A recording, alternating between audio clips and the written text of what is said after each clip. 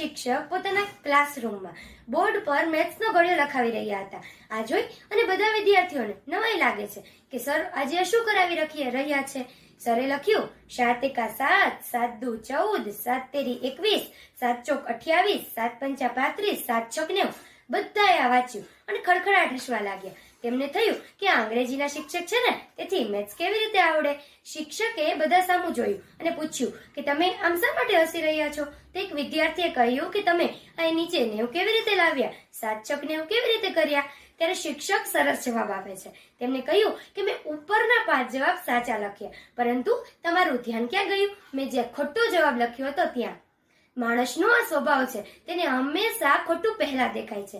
કોઈની બુરાઈ સાંભળે તો તરત જ વિશ્વાસ આવી જાય છે અને કોઈની સારાઈ સાંભળે તો તરત જ શંકા જાય છે. પોતાની ભૂલ હોય તો માણસ વકીલ થઈ જાય છે અને બીજાની ભૂલ હોય તો જજ.